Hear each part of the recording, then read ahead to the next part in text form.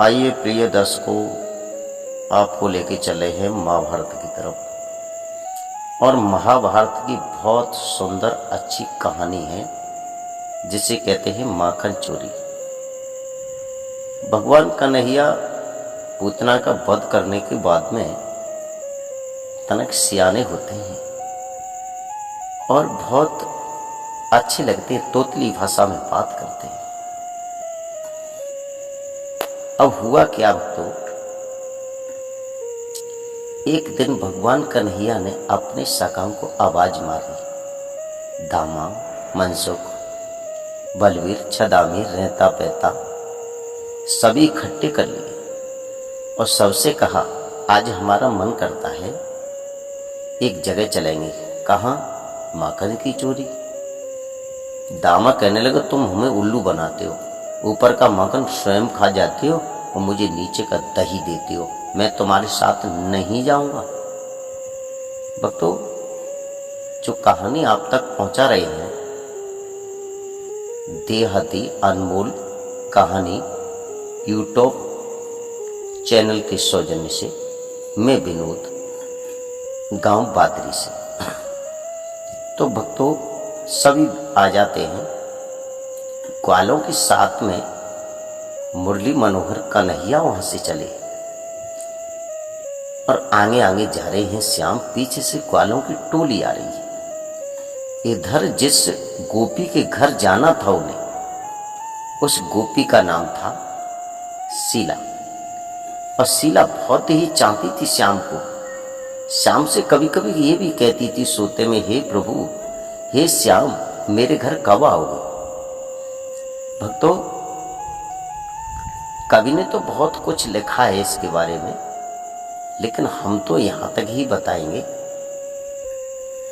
कि जब भगवान कन्हैया वहां से चले हैं, उस समय शीला के घर में जब झांक करके देखा ग्वालों ने, तो शीला यमुना जी पे जल भरने के लिए गई थी।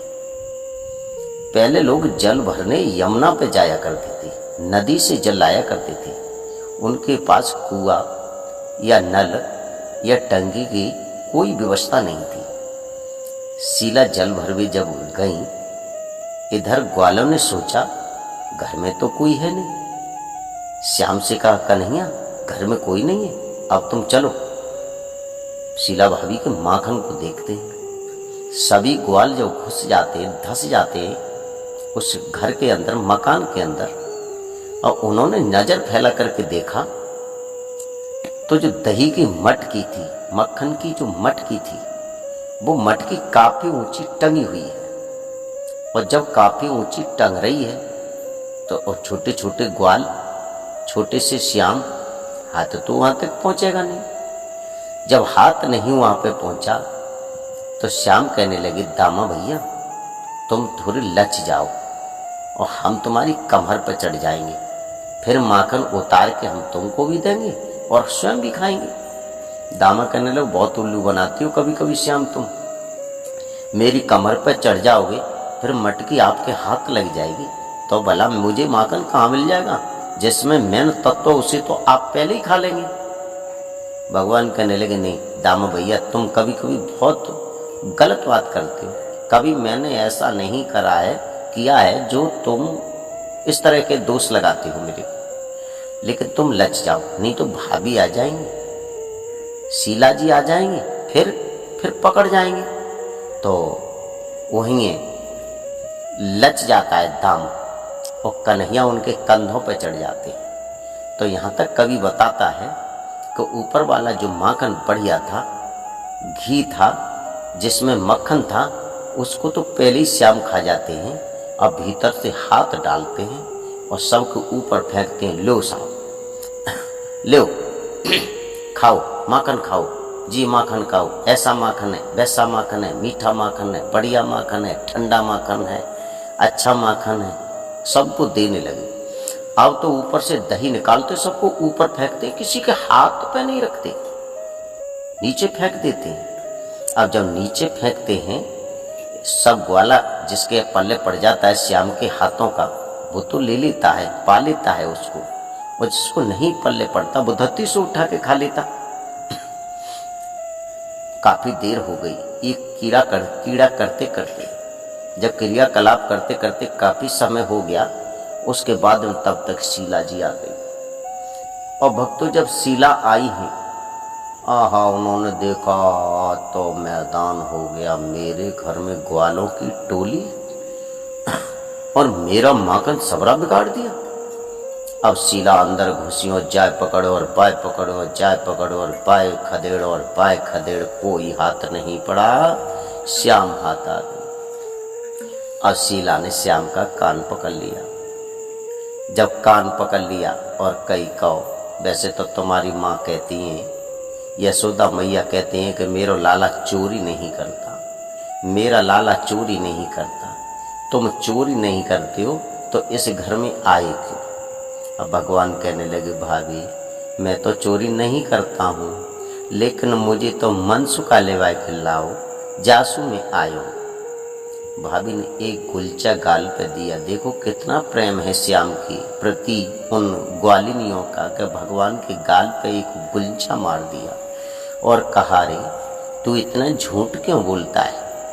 जब तू माखन की चोरी करने नहीं आया तो फिर जे बता, जे मटकिया नीचे क्यों आई? भगवान कहने लगे, भाभी मटकिया मैंने नहीं उतारी, दामा ने उतारी है, इस वजह से जे नीचे रखी है।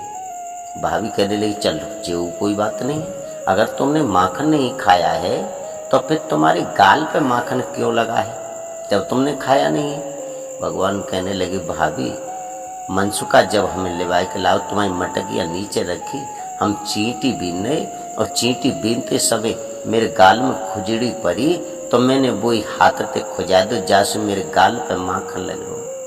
भाभी हंस गई। श्याम को अपनी सीना से लगा लिया, बहुत प्रेम रस दर्शाने लगी। उसके बाद में एक गाल में गुंचा दिया और कान पकड़ लिया और लेके चली। कहाँ? बाबा नंद के भवन के लिए। क्यों? शिकायत करने के लिए, ये बताने के लिए कि तू बार बार यशोदा मैया कहती है कि मेरा लाला चोरी नहीं करता, तो मैं ये दिखाऊंगी कि तेरा लाला चोरी करता है या नहीं करता। आज चोर मेरी हाथों में है। भगवान को लेके जा रही है।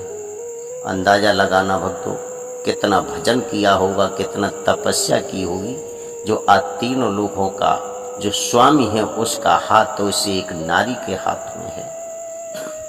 जब लेके जा रही हैं, पर्दा किए हुए हैं, मुंह दबा हुआ है, चुंदरी से मुंह को दाब करके रास्ता दिख रही है, हाथ में भगवान की कलाई है। एक गली से जा रही हैं यशोदा के भवन के लिए।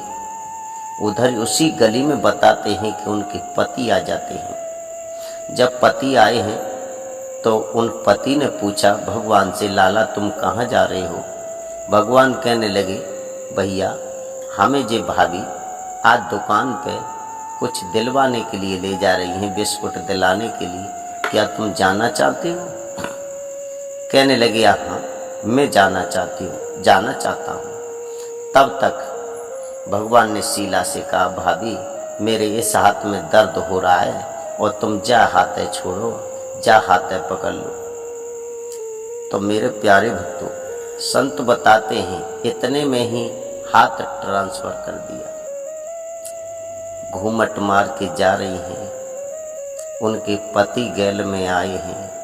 भगवान ने हाथ छुड़ा लिया, उनके पति का हाथ गहाए हैं। अब तो अपने पति के हाथ को ही पकड़ करके जा रही हैं, लेकिन उनका ध्यान लग रहा है कि मैं कन्हैया को पकड़ के ले जा रही हूँ। अब दरवाजे पे पहुंची, आवाज दी, अरे वो शीला बाहर निकल के आ। शीला तू बार बार ये कहती है, अरे मैया तू बार बार ये कहती है कि मेरा लाला चोरी नहीं करता। अगर चोरी नहीं करता है तो देखिए किनका लाला है। यशोदा मैया बाहर निकल के आई। जब उन्होंने नज़ारा देखा कि जो मुझे उल्हाना देने आई है और मेरे लाला का नाम लेती है और अपने सासू के लाला का कलाई पकड़ के आई है, अपने ही पति की कलाई पकड़ के यहाँ मुझे उल्हाना देने आई है, तब मैया यशोदा ने कहा ओरी नकटी घूमट टाल, देखने क नजर उठाए के जी है किन को लाल। जब नजर उठा कर के देखा मुंह खोल के, तो उनके पति निकले, बहुत शर्मिंदा हो गई।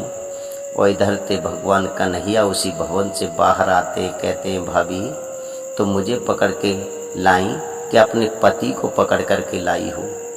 तो मेरे प्यारे भक्तों, भाभी बहुत ज़्यादा गदगद हो जाती हैं। फिर कहती हैं, लाला ऐसी तुम मेरे यहाँ आते रहो और मैं जी भर के तुम्हें माखन खिलाती रहूँगी।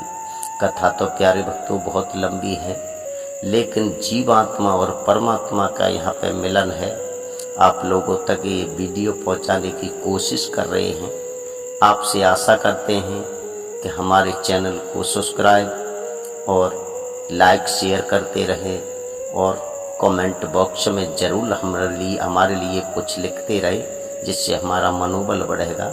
और इस तरह से माखन की चोरी की लीला है, और लीला नहीं है, इसमें तो बहुत कुछ रहस्य छुपा हुआ है। यह जीवात्मा और परमात्मा का मिलन बताया जाता है, जो इस रिकॉर्डिंग के माध्यम से आप लोगों तक पहुंचा रहा हूं। और मैं आशा करता हूं आप अच्छे होंगे, बढ़िया होंगे, अच्छे बने रहेंगे, और हमारे चैनल को आगे बढ़ाते रहेंगे, सब्सक्राइब करते रहेंगे, और अपनी वाणी को यहीं